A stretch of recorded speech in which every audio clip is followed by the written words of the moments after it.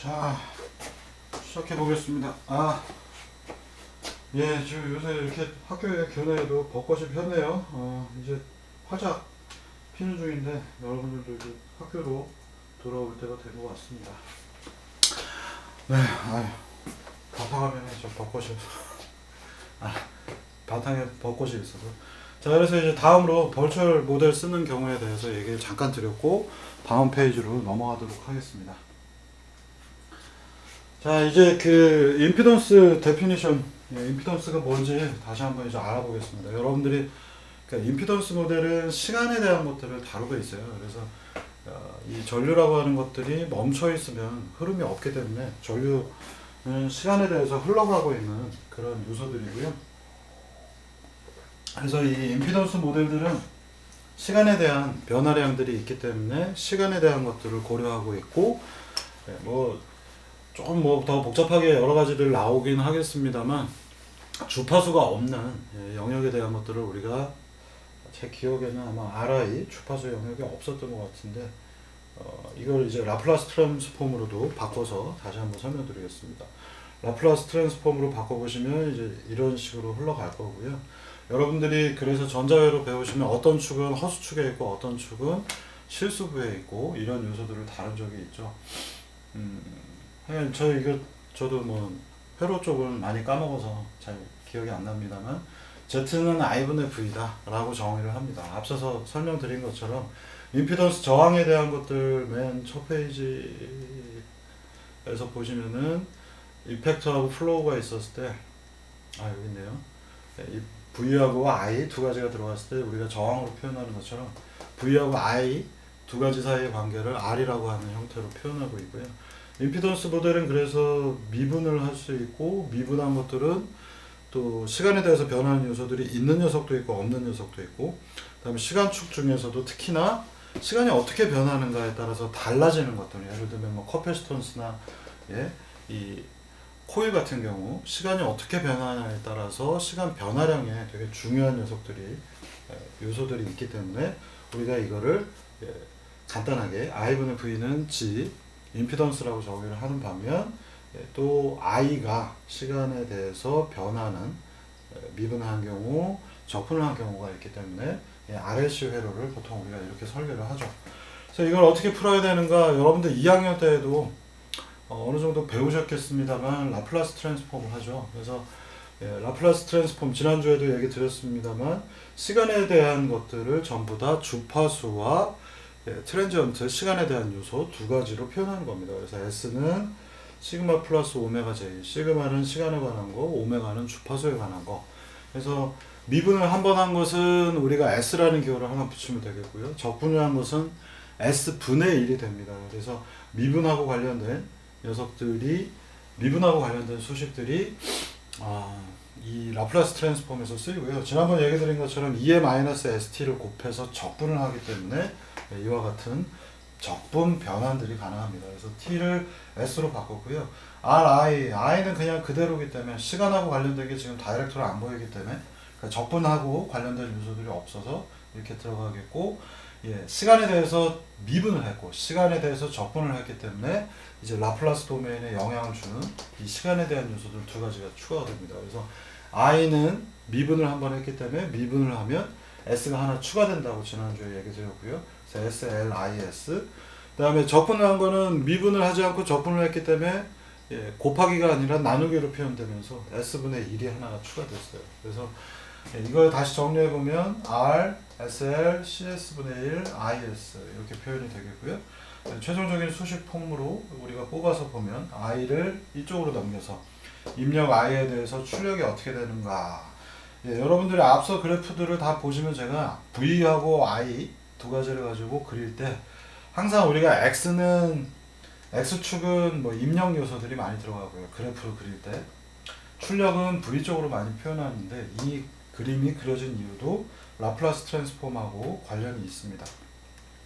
그래서 입력이 밑에 쪽에 들어가잖아요. 입력 I가 들어왔을 때 V가 어떻게 되는가가 임피던스의 정의이기 때문에 앞서서는 그냥 임피던스는 저항인가 보다 라고만 여러분들이 생각하시겠지만 라플라스 트랜스폼을 하고 나서 보시면은 I하고 V하고의 관계가 여러 가지 경우들이 있습니다. 그래서 코일도 임피던스 모델로 할 수 있고 커피스턴스도 임피던스 모델로 할 수가 있겠고요. 그래서 입력 I분의 V는 이와 같은 RLC 구조들의 모델들이 이와 같이 표현이 됩니다. 그래서 우리가 임피던스를 표현한다면 I분의 V는 저항하고 관련된 것들은 S분의 RS, R이구나. 이게 정이고요. I분의 V의 또 다른 코일 파트의 임피던스는 LS가 되겠구나. S가 하나 붙었기 때문에 미분을 한번 했다는 얘기가 되겠고요. I분의 VA로 표현되어 있는 임피던스 중에 커패시턴스에 대한 거는 S분의 1 그리고 C분의 1이라는 숫자로 표현이 되는구나. 커패시턴스는 그러면 적분이 하나 있어야겠구나. S분의 1이기 때문에 라고 생각을 할 수 있는 겁니다. 그래서 표현을 하자면 굳이 우리가 I분의 V는 임피던스가 될 텐데 여기에는 저항에 대한 거, 코일에 대한 거, 커패시턴스에 대한 거 이렇게 세 가지가 있을 거고 얘는 S분의 RS, R만 있기 때문에 얘는 뭔가 상수, 그 실수 공간 안에서만 정의가 되어 있으니까 시간하고만 관련이 있겠고 그 다음에 또다시 ZL은 S분의 1, LS제곱이니까 SL 뭔가 얘는 입력을 미분한 결과물하고 같겠구나. 우리가 지난번에 보시면 I분의 V는 상수, I분의 V는 S, S분의 1 그리고 또 S 플러스 1분의 1 이런 여러 가지들을 제가 설명을 드렸잖아요. 지난 시간에. 이런 요소들하고 똑같이 여러분들이 생각을 하시면 되겠습니다. 자, 그래서 S는 뭐냐? 시그마 플러스 오메가 J이기 때문에 안 좋아졌네. 최종적으로 우리가 소식을 보시면 아까 I분의 V는 R 플러스 여기 미분을 한 번 한 거 여기는 C S분의 1 이렇게 표현이 돼야 되는데 S는 시그마 플러스 오메가 J이고 우리는 시간에 대한 건 잘 안 보겠고 이 RLC 구조가 뭔가 주파수 영역에서는 어떻게 되는가를 보고 싶어서 시그마는 없애버려. 그리고 시간이 많이 흐른 다음에 제가 전에 얘기 드린 것처럼 시그마는 천이 과정 여기서 여기로 상태가 크게 변하는 부분만 신경을 쓰는 시간 타임이 중요한 타임 도메인 영역이 된다면 오메가 J는 프리퀀시 주파수 영역에만 영향을 준다 얘기 드렸고요. 그래서 시그마를 없애버리고 나는 S는 오메가 J만 볼 거야 라고 해서 S는 오메가 J를 도입하면 여러분들이 잘 알고 계시는 보드 플롯이라든가 주파수 특성에 대한 것들만 보게 됩니다. 정상 상태 쪽에 시간이 많이 질러서 전에 그래프 다시 기억해 보시면 얘가 출렁하고 이렇게 된다고 했잖아요. 이 앞부분은 시간에 대해서 많이 흐르기 때문에 이쪽 축이 T라서 이 부분은 천이 과정에 해당하겠고 이 부분은 스테디 스테이트 정상 상태라고 얘기했잖아요. 그래서 이 정상 상태는 주파수에 대한 영역들이기 때문에 나는 이 앞부분은 관심이 없고 주파수 레벨만 보고 싶어. 그래서 S는 오메가 J만 투입을 하게 되면 여기 S 대신에 오메가 J를 투입을 했기 때문에 수식이 이와 같이 표현이 될 것이고요. 이게 바로 주파수 영역에서의 입력 대비 출력에 대한 요소가 되겠습니다. 그래서 우리가 만약에 회로가 하나밖에 없어요. 회로가 저항 하나밖에 없어요. 얘들이 없다면 입력 주파수가 어떻게 변하든 간에 출력 주파수는 상수의 곱으로만 표현이 되겠죠. 그래서 저항의 경우에는 여러분들이 전류량을 주파수 대역으로 변화시키면 V는 똑같이 표현이 됩니다. 그런데 코일이라든가 커패시턴스의 경우에는 I 입력에 대한 것들을 주파수 레벨에서 바꾸게 되면 무언가 커패시턴스는 보여주는 전압 변화들이 달라지겠고요. 코일에 관련된 것도 입력을 넣으면 출력이 나오는 부분이 달라지겠습니다. 그리고 이런 내용들을 여러분들이 2학년 때 기초전자 회로 쪽에서 배웠을 겁니다. 모 교수님한테 아마 배웠을 거고요. 그리고 만약에 이걸 안 배웠다면 그 교수님한테 다시 한번 질문을 하셔도 좋겠고 저는 전작가는 아니지만 어쨌든 여러분들이 신호 처리라든가 신호 해석적인 측면에서 이 소식들을 알고 계시는 게 좋죠. 그래서 무엇이 주파수에 영향을 주는가? RLC 구조 중에 이렇게 질문을 던질 수 있겠죠. RLC 구조로 내가 회로를 만들었는데 그 중에 주파수에 뭔가 입력이 변화가 있으면 출력도 변화가 있는 것이 뭐냐? 출력이 이상한 변화라는 게 뭐냐? R은 영향을 받지 않고 나머지 코일과 커패시턴스는 영향을 받습니다. 이런 것들은 다시 한번 임피던스 관련된 분야들 기초전자회로 쪽 책들을 한번 찾아보시겠고요. 그래서 이게 이제 페이지 차이, 위상차도 생기고 뭐 여러 가지 레그도 생기고 리드도 생기고 하는 요소들이 되겠습니다. 그리고 이런 요소들은 로우 패스 필터 LPF, 저주파 성분은 버리고, 그 다음에 고주파 성분은 거꾸로 얘기해. 저주파 성분을 일부 저주파 성분만 살리고, 하이패스 필터 고주파 성분만 살리고, 그러니까 고주파는 여기서는 지워버리고요, 저주파 영역은 또 지워버리는 거. LPF, 로우 패스 필터, 하이패스 필터, 이 두 가지로 표현되고요. 그래서 여러분들이 로우 패스 필터는, 그리고 하이패스 필터는 언제 쓰느냐? 로우 패스 필터는 이미 여러분들이 신호 처리를 하기 위해서 많은 과목들에서 썼었죠. 예를 들면 신호가 갑자기 오는데 이렇게 이런 식으로 와요. 그러면 얘들을 어떻게 해줬어요? 뭐 비전 영상 시스템에서는 이걸 3개의 값으로 봐서 하나, 둘, 3개가 있다면 3개의 평균을 쓰고요. 그 다음 또 다른 스텝에서 윈도우를 3칸만 쳐서 마스크. 비전에서는 마스크라고 부르고 신호에서는 윈도우라고 부르죠. 그래서 윈도우를 이렇게 늘려가면서 안에 있는 값들을 다 에버리지, 평균을 취하게 되면 로우 패스 필터의 역할을 하죠. 하이 프리퀀시라는 거는 뭔가 삐죽삐죽한 거잖아요. 그리고 이렇게 가는 건 저주파 성분이 되겠고요. 그래서 고주파 성분들을 날리는 기능, 로우 패스 필터는 이것들을 평균을 취하는 것도 많이 쓰이는 강력한 로우 패스 필터 기능 중에 하나입니다. 자, 그 다음에 하이패스 필터는 대부분 어디다 씁니까? 가장 여러분들이 알고 계시는 성분 중에 저주파를 날려버리는 것이기 때문에 저주파를 날려야 돼요. 그러면 뭐 간단히 우리가 어떤 신호를 받았는데 그 신호가 예를 들면 이렇게 DC 옵셋이 있는 겁니다. 이게 원점으로 갔으면 좋겠는데 이 일직선 콘스탄트한 값들은 어떻게 돼요? 굉장히 작은, 그러니까 즉 주파수 레벨에서 보면 콘스탄트한 값들은 주파수 변화가 없는 거죠. 그래서 저주파 중에 가장 낮은 성분 중에 하나가 DC 성분이죠. 이렇게 신호가 있는데 원점 주변에 신호가 이렇게 흔들리지도 않고 아예 주파수 대역이 없이 옵셋이 이렇게 걸려 있다.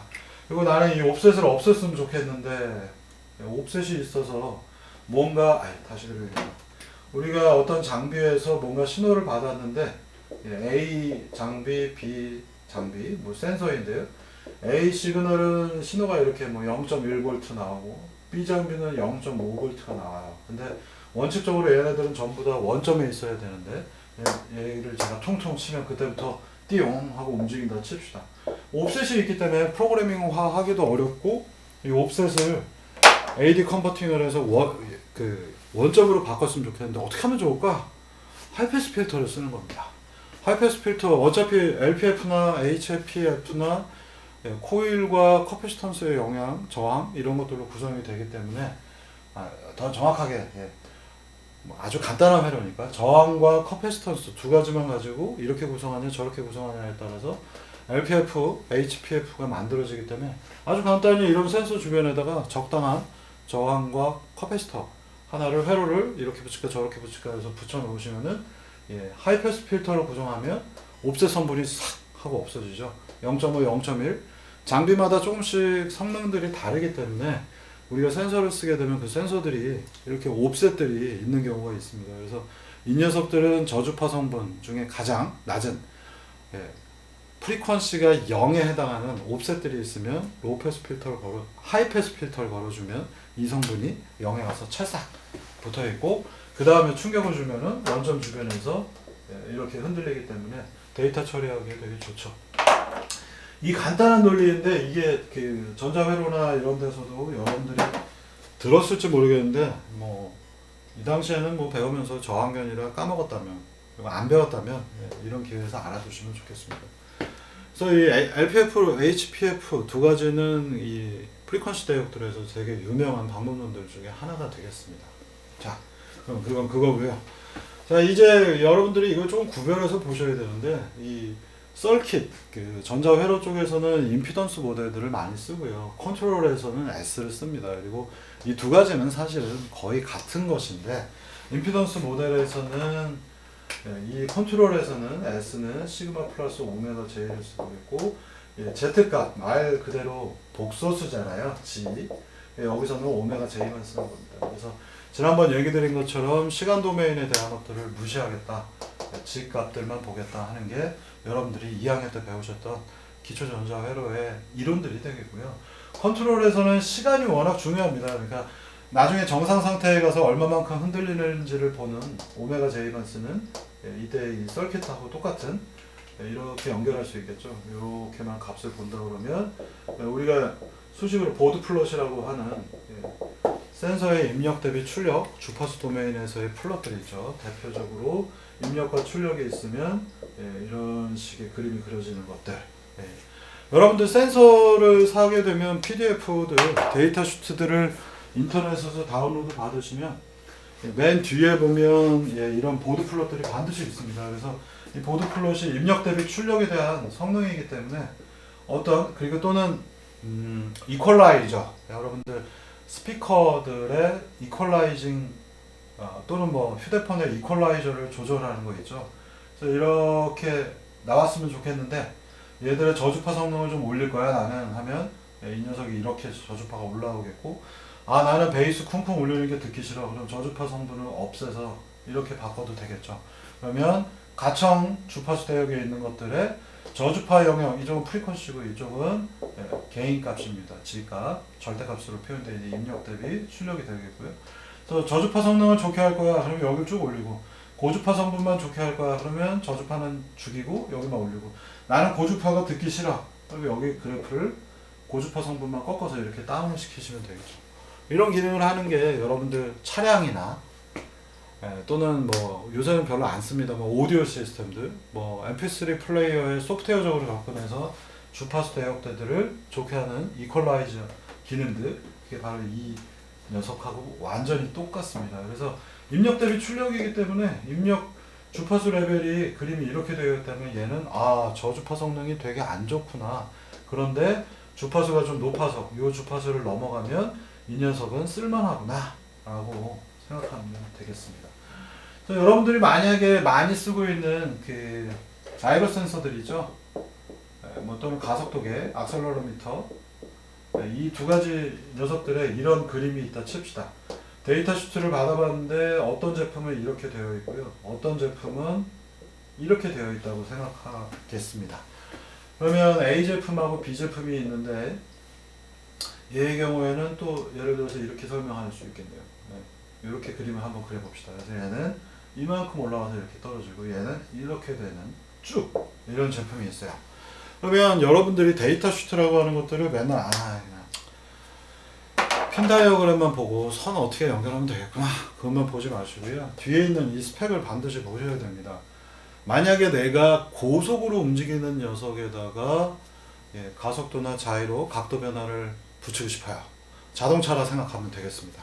자동차 바퀴에 자이로 센서를 붙여서 이 자동차 바퀴가 얼마가 돌았는지, 회전이 얼마인지 이런 걸 측정하려 합니다.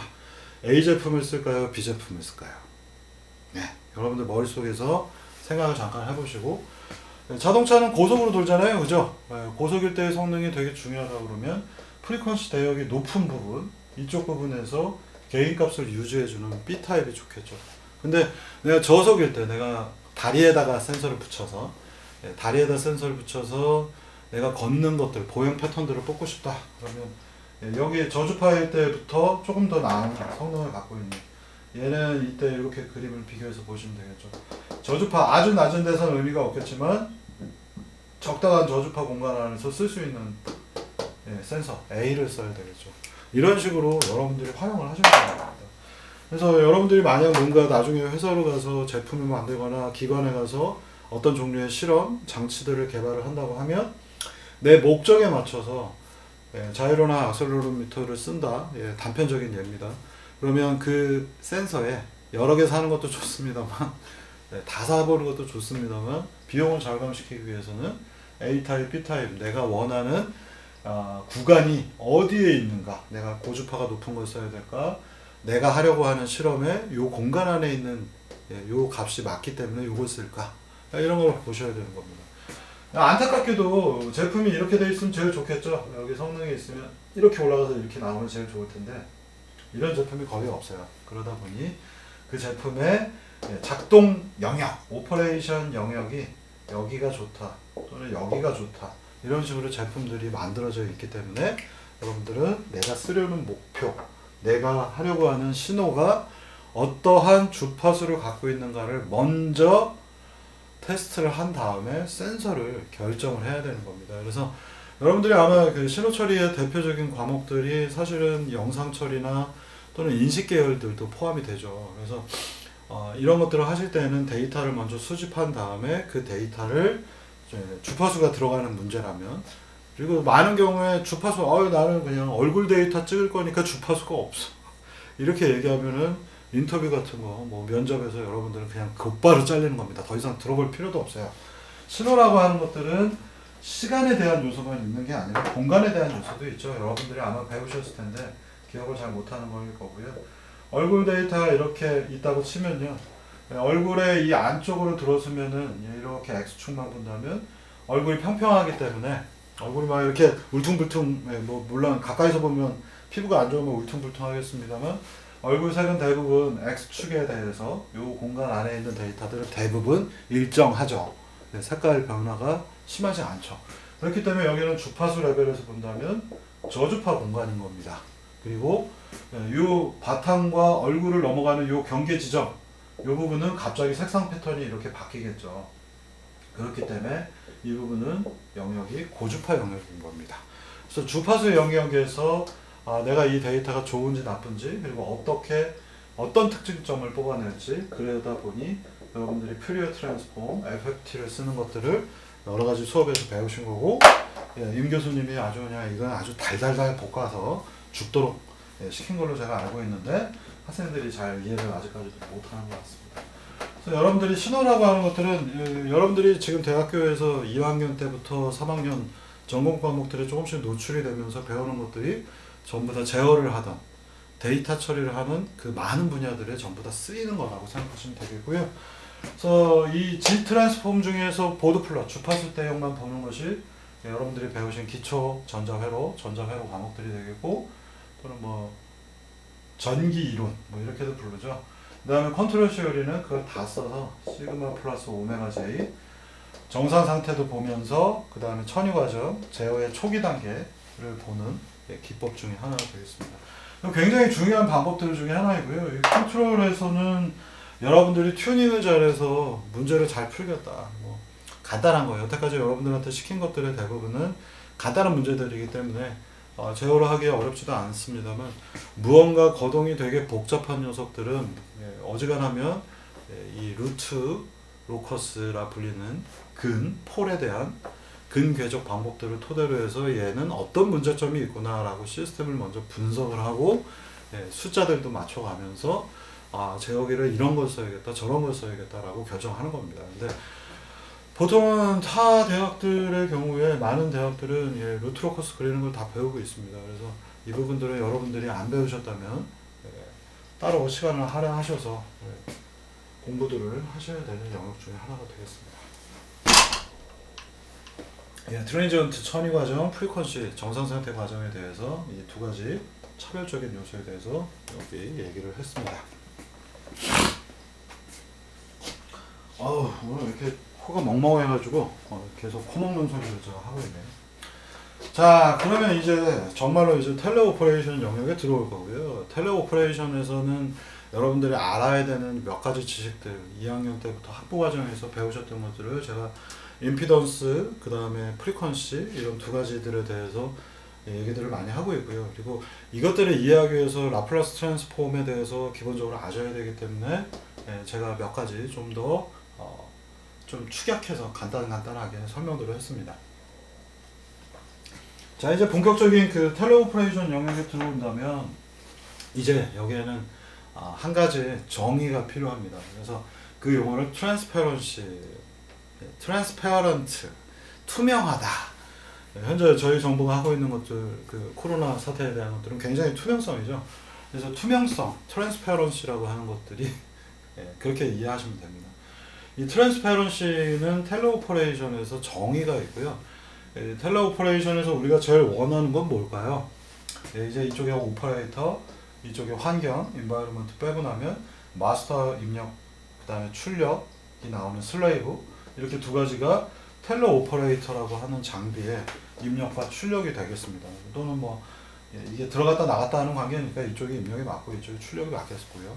그 다음에 여기서 들어오는 이펙트하고 플로우는 순서가 바뀔 수 있는데, 이 텔러 오퍼레이터에 그래서 입력으로 들어가는 요소들이 F나 X가 될 텐데, 무엇이 입력이 됐든 간에 F가 들어가면 X가 나오는 거고요. X가 들어가면 F가 나오는 거고, 우리가 시간 도메인에서 보면 X하고 XM, 마스터하고 XS, 슬레이브의 변이라고 표현하지 않고 또 미분을 붙여서 VM, 속도와 마스터의 속도, 슬레이브의 속도라고도 부릅니다. 그래서 어떤 걸로 생각하셔도 좋습니다. 에너지 관점으로 가면 V가 되는 것이고, 그냥 여러분들이 스프링 같이 생각을 하신다면 변이가 되는 것이 되겠고요.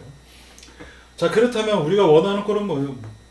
원하는 최종적인 목표는 뭐냐? 이 두 가지 사이가 막대기가 되어 있다면, 이게 마스터고 이게 슬레이브라면, 이렇게 막대기로 두 가지 사이로 왔다 갔다 하면 내가 미는 대로 밀려서 힘도 받고, 이쪽에서의 반력 때문에 이쪽에서 힘도 받겠고요.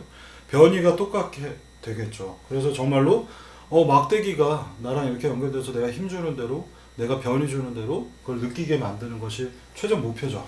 그래서 트랜스퍼런시는 투명성을 의미하고, 마스터의 폴스하고 슬레이브의 폴스가 똑같으면 좋겠고요. 그 다음에 변이, XM, 마스터의 변이가 슬레이브의 변이하고 똑같으면 제일 좋습니다. 이런 경우를 우리가 트랜스페런트하다, 투명성이 보장됐다라고 불러요. 오늘 목이 코가 좀 잠겨가지고 코로나인지 모르겠습니다만 오늘 자꾸 목이 좀 잠기는 것 같습니다. 그래서 이 두 가지가 똑같기 때문에, 이 두 가지가 똑같으면 앞서의 소식에서 이 투포트 모델에서 FM과 XX의 관계가 양쪽이 똑같기 때문에 입력 파트에 해당하는 임피던스 GM과 출력 파트에 해당하는 슬레이브 GS가 두 개가 똑같다는 얘기가 되겠고요. 자, 여기에는 휴먼 오퍼레이터하고 이쪽 텔러 오퍼레이션하고의 관계도 똑같이 임피던스가 같으면 좋겠고요. 여기 이제 표현했죠. 그러니까 이쪽에 있는 녀석과 여기 있는 환경적 요소 두 가지가 임피던스가 똑같으면 좋겠기 때문에, 얘하고 얘하고 임피던스가 같고 얘하고 얘하고 임피던스가 같다면 이 녀석과 이 녀석, 휴먼 오퍼레이터는 자기가 그대로 인바이러먼트를 만지는 것과 같은 느낌이 나겠죠. 그래서 이 녀석의 임피던스하고 이쪽 마스터 파트의 임피던스가 두 개가 똑같고요. 슬레이브하고 인바이러먼트의 임피던스 ZS하고 ZE가 똑같고, 최종적으로 마스터하고 슬레이브 사이의 임피던스가 같다면 곧바로 나는 휴먼이 인바이러먼트를 만지는 것과 똑같은 느낌이 날 겁니다. 이게 목표로 하는 지점이고, 그래서 우리는 이걸 용어적으로 임피던스 매칭이라고 부릅니다. 그래서 많은 센서들의 경우에는 센서의 입력과 출력 관련된 부분에 임피던스들을 되게 중요하게 보고 있고요. 그래서 장비의 경우에는 제 기억에는 좀 가물가물하긴 한데, 장비와 그 센서와 두 가지 사이에 임피던스가 맞아 떨어져야, 그러니까 이쪽의 장비가 센서 정보를 잘 읽기 위해서는 두 가지 사이에 임피던스가 맞아 떨어져야 되는 것이고, 어떤 쪽이 굉장히 높아야 되는데 제가 어느 쪽인지 잘 기억이 가물가물합니다. 장비가 아마 임피던스가 높아야 됐던 것 같은데, 뭐 오래돼서 까먹었고, 하여간 그거는 전자회로 쪽에서 잘 한번 맞춰보시면 되겠습니다. 자, 그래서 임피던스가 두 가지가 똑같아야 우리는 사람이 환경을 만지는 것과 같은 효과가 등장한다 라고 얘기할 수 있는데, 자, 이게 이제 쉽지가 않습니다. 이유가 있어요. 먼저 제일 이해하기 편한, 지금 현재 우주 공간 안에 떠 있죠. 그 ISS, 그 국제 국제 우주 정거장, 이렇게 부르고 있죠. ISS는 이 캐나다함이 굉장히 거대한데, 이 캐나다함보다 수십 배가 더 큽니다. 그래서 우주 공간 안에 굉장히 큰 우주 정거장이 띄워져 있고, 거기에 지구상에서 거의 볼 수 없을 수준의 굉장히 큰 암이 있어요. 일명 캐나다 암이라고 부르고요. 이유는 캐나다에서 만들어서 그냥 캐나다 암이라고 부르고 있습니다. 이 캐나다 암의 경우에는 중력의 영향을 받지 않죠. 여기가 여러분들 ISS에 활동하는 것들 보면 물 먹을 때 보면 물이 이렇게 그냥 동그랗게 허공에 떠 있잖아요. 그래서 이 공간을 생각해 보시면 돼요. 이 안에 이게 이제 사람이 여기에 타는 건 아니고 ISS 안에서 우주정거장 안에서 조이스틱을 움직이면 이 거대한 암이 움직입니다. 그러면 뭔가 내가 조이스틱을 움직였는데 이 암이 이만큼 움직이죠. 각도 레벨에서 보면 여러분들이 마스터가 이거고 슬레이브가 이거면 얘는 10도 움직이면 얘도 10도 움직이는데 거리라는 측면에서 보면 내가 요만큼 움직이면 얘는 이만큼 움직이겠죠.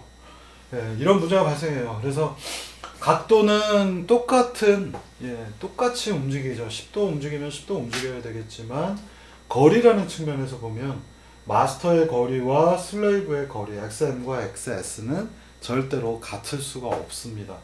그래서 내가 여기서 요만큼 움직이면 이렇게 크게 움직이는 구조가 되겠고요. 그래서 마스터의 거리보다 슬레이브 쪽의 거리가 훨씬 더 큰 사례가 되겠습니다. 그리고 많은 경우에 보시면 이 녀석은 저는 여기서 조이스틱을 요만큼 움직이는 거잖아요. 살살. 근데 얘는 굉장히 묵직한, 중력은 영향이 없지만 관성은 그대로 토크로서 전달이 되죠. 여러분들 로봇공학에서 배우셨던 것처럼 무언가 M 세타 투다 플러스 V 세타 도트 G 세타는 토크 이렇게 불리는데 이런 우주 공간에서는 G 세타가 없죠. 중력의 영향을 받지 않기 때문에 관성 코리올리 효과와 관성 이 두 가지의 영향이 토크의 지배를 받습니다. 그렇기 때문에 이 위에 떠 있는 무슨 거대한 인공위성을 붙잡는다. 이 관성하고 관련된 부분은 매스도 있지만 여러분들이 잘 알고 계시는 ML 제곱 스타일의 거리의 제곱이 결국 각각 속도하고 곱해지면 토크가 되기 때문에 거대한 장비가 있으면 있을수록 얘는 굉장히 묵직한 느낌을 줍니다. 중력이 없음에도 불구하고. 그래서 여기서는 FM보다 FS가 훨씬 더 큰 공간 중에 하나입니다. 그러면 뭐야 XM하고 XS하고 같아야 되고 FM하고 FS가 같아야 되는데 얘네 두 개가 다 같을 수가 없는 영역이 되겠죠. 반대로 거꾸로 돌아와서 보면 이제 마이크로 서저리를 하는 경우도 의사가 여기서 이만한 장비들 움직이면 이 안쪽에서 요만하게 생긴 아주 작은 매니플레이터가 움직이면서 수술을 합니다. 미세 수술을 할 때 이런 것들이 쓰이고 있고요. 이 경우는 또 거꾸로죠. XM이 XX보다 슬레이브 쪽 움직임보다 훨씬 더 커야 되겠고 FM도 FS보다 훨씬 더 큽니다. 우리가 여기서 이만큼 움직이는데 저기서는 정말 이만큼 움직이면서 살짝 콩 움직이기 때문에 폴수도 훨씬 적어요. 그러면 이 두 가지를 토대로 해서 도대체 ZM과 ZS가 같은 트랜스페런시가 둘 다 불가능한 영역이다라고 생각을 할 수가 있겠죠. 그러면 도대체 임피던스 매칭이라고 하는 걸 해야 되는데 이게 두 개가 다 다르니 XM과 XS 다르고 FM과 FS가 이런 시스템에서 서로 다르기 때문에 그럼 도대체 이런 로봇들을 어떻게 움직여야 되는가? 이게 이제 문제가 됐던 거고요. 그래서 실제로 이렇게 거대한 암을 움직이는 것들은 생각보다 되게 빨리들 했죠. 80년대에도 시작을 했었고요. 그다음에 마이크로 서저리 분야는 이제 한 10년 전부터 굉장히 많이 하고 있는 영역입니다. 그래서 텔레 오퍼레이션이라고 하는 분야에서는 이렇게 서로 다른 시스템들을 어떻게 모델링을 할 것인가. 그러다 보니 임피던스 모델에 대한 필요성이 늘어난 것이고 투포트 모델, 하나포드의 모델 같은 것들이 사용하기 시작이 된 겁니다. 자, 그래서 우리가 이거를 수치로 표현을 해서 이런 테이블을 만들 수가 있어요. 슬레이브와 마스터 간의 관계를 람다 P로 표현하고요. 다시 FS, 슬레이브의 폴스와 마스터 쪽의 폴스를 람다 F분의 1로 표현을 합니다. 그리고 그림을 그려보면 람다 P분의 람다 P에 대한 람다 F의 그림이 그려질 수가 있겠고요. 자, 이 그림을 잘 보시면 여러분들이 이해하시는 방법이에요. 람다 P가 크면 클수록 어떻게 돼요? 이 숫자가 커지면 커질수록 마스터의 움직임 대비 슬레이브가 되게 커진다는 얘기죠. 그러니까 람다 P는 다시 써두면 이해하기 편하게 XM분의 XS가 될 것이고 람다 P가 1이었으면 좋겠는데 1이 못 되고 숫자가 커지면 커질수록 이 숫자가 굉장히 커지는 거죠. 그래서 마스터가 이만큼 움직이면 슬레이브가 많이 움직이는 관계가 되겠습니다. 자, 그리고 람다 P에 대해서 보겠습니다. 거꾸로, 그쵸. 예, 거꾸로 얘기했는데, 람다 P가 위치에 대한 거기 때문에 이쪽으로 가야 되겠죠. 람다 P가 1보다 커지면 움직임이 되게 커지는 거예요. 마스터 대비 슬레이브가 많이 움직이는 것이고, 대표적인 예는 뭐가 될까요? 이따가 펄스하고도 보겠지만, 예, 무언가 내가 마스터를 요만큼 움직이는데 저쪽에서 으아 하고 움직이는 것들. 무슨 거대 로봇 움직이는 거죠. 거대 로봇은 우리가 실제 움직일 수 있는 게 없으니까 람다 P, 마스터 대비 슬레이브의 움직임을 표현하고 있으니 내가 여기서 요만큼은 뭔가 위치 변화를 주면 바깥쪽에서 거대하게 움직이는 거.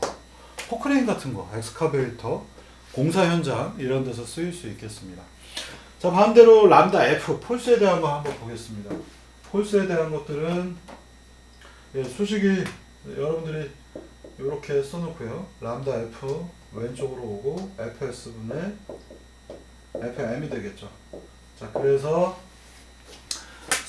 마스터 쪽의 입력보다 람다 F가 커지면 커질수록 예, FM이 1을 입력을 넣었다면 FS는 작아지는 것들을 뜻하죠. 그래서 람다 F가 증가한다면 FM을 편의상 1이라고 놓으면 FS 값이 굉장히 작아지는 것들입니다. 대표적인 거 뭐예요? 아까 얘기 드린 것처럼 폴스 관계에서 마스터보다 슬레이브 쪽에 예, 폴스가 작은 경우들 예, 람다 F가 커지면 커질수록 여기가 1이고요. 이쪽으로 가면 FS가 작아져야 되는 것들 마이크로 서저리 이런 것들이 포함이 되겠죠. 자, 그래서 여기에 이제 이 그림을 이해하시는 방법은 람다 P가 작으면 작을수록 예, 마스터의 움직임 대비 슬레이브 쪽의 움직임이 작아지는 거기 때문에 이렇게 먼저 경계를 잡아서 본다면 이쪽은 예, 되게 마이크로 레벨에서 움직이는 것들이고요. 1보다 커지면 매크로 레벨에서 움직이는 것들이 되겠습니다. 폴스 관점에서 다시 보면 이렇게 라인을 걸어서 본다면 람다 F가 커지면 힘을 적게 하는 것이고요. 1보다 작아지면 작아질수록 힘이 증폭이 되는 거죠. 과격한 힘들 나타나는 영역이 되겠습니다. 자, 그래서 이 두 가지를 가지고 그림을 그려보면 예, 지금 보시는 것과 같은 이런 그림이 나타나고요. 그래서 이 마스터 대 슬레이브의 변이에 대한 관계, 마스터하고 슬레이브 사이에 힘에 대한 관계를 토대로 해서 보면 이렇게 라인이 들어가면 이 라인들이 위치 관계가 커지면 커질수록 힘은 되게 내가 집어넣은 것보다 슬레이브 단이 많이 나와야 되겠죠. 자, 람다 P 때문에 이쪽으로 가면 갈수록 내가 집어넣은 입력, 변이보다 출력이 더 많이 나와야 되죠. 네? 그러니까 내가 요만큼 움직이면 저쪽에서는 더 많이 움직여야 되니까 이쪽이 되겠고요. 힘의 관계 쪽에서 보면은 내가 여기서 작은 힘을 넣더라도 파워가 증폭이 돼야 되는 부분, 이쪽 컨스트럭션, 이런 뭐 건설 로봇 이런 게 되겠고 반대쪽에는 마이크로 서저리가 있어요. 그리고 이 사이에는 임피던스를 매칭하는 라인이 되겠습니다.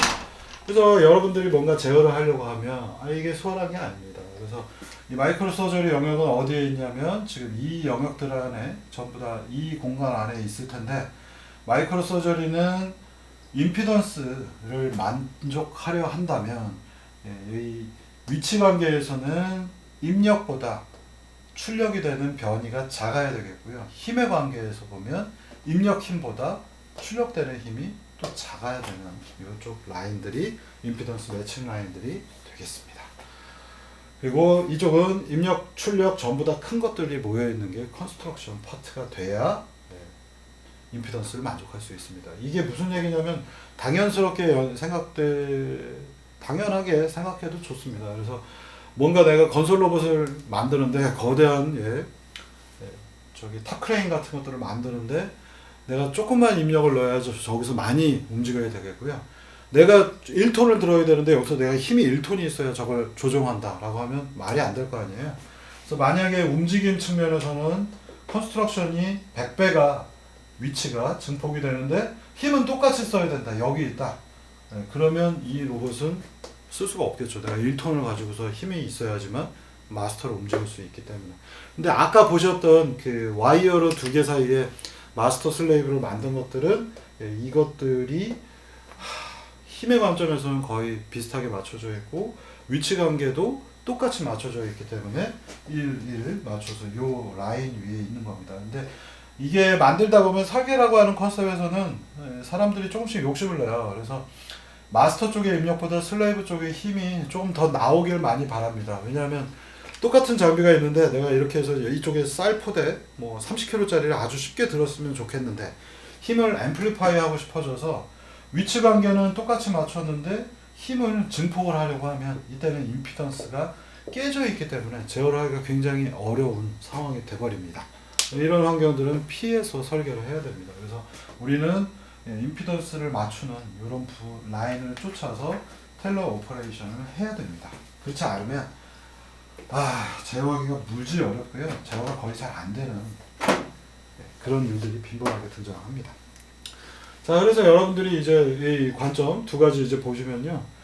요 라인을 맞춰야 되는데 이 라인에서 벗어나면 벗어날수록 이라는 두 가지 문제가 있어요. 근데 오른쪽으로 가면 갈수록 스테빌리티가 깨져요. 아까 제가 얘기 드린 대로 공사용 로봇은 내가 입력도 증폭이 되지만 파워도 증폭이 되길 원하거든요. 근데 파워를 증폭을 하지 않으면 입력은 증폭이 됐는데 여기 있는데 출력 파트가 점점점 늘어났으면 좋겠어. 난 조그만 힘만 갖고 더 많은 힘을 뽑아냈으면 좋겠어. 대표적인 사례들이 이제 요 근처에 있는 그 건담 같은 로봇이 될 텐데 그걸 무시하고 출력이 위치 관계가 증폭이 되는데 힘은 나는 똑같이 하거나 아니면 더 큰 힘을 넣어야 돼 라고 하면 그 순간 제어 관점에서는 스테빌리티가 깨져버립니다. 그리고 이쪽 부분은 스테빌리티가 되게 좋아요. 그래서 이 사이는 스테빌리티 안정성 측면에서 중간 영역에 해당하고요. 이 녀석은 잘 생각해 보시면 여러분들이 이해하시기가 좀 쉽습니다. 뭐냐면요, 건설하는 로봇 같은 경우에 파워가 증폭이 되어 있죠. 이쪽에 있어요. 그 다음에 거리는 거꾸로 내가 조금 입력을 넣었더니 그거보다 더 적게 움직이는 겁니다. 10cm만큼 움직여라 했는데 여기는 조금만 움직여요. 그러니까 파워가 센 반면 내가 집어넣은 입력보다 더 조금 움직이게 되면 당연히 안정적이겠죠. 내가 이만큼 움직여야 했는데 얘는 이만큼만 움직여요. 파워는 되게 세요. 이런 경우는 제어는 되게 편합니다. 근데 똑같이 이쪽에 있는 임피던스 매칭, 즉 트랜스페런시가 깨져 있기 때문에 굉장히 어설프게 생각되죠. 내가 이만큼 움직였는데 거꾸로 얘기했네요.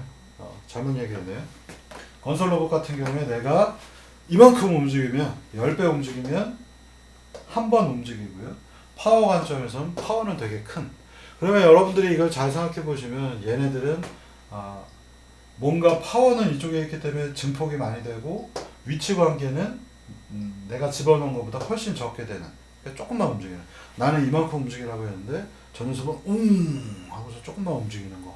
대부분의 공장용 그리고 비행기 이런 것들 보시면 대부분 이쪽에 가 있습니다. 그러니까 여러분들 영화에서 보시면 조종사가 비행기는 항공 비행기는 굉장히 거대하죠.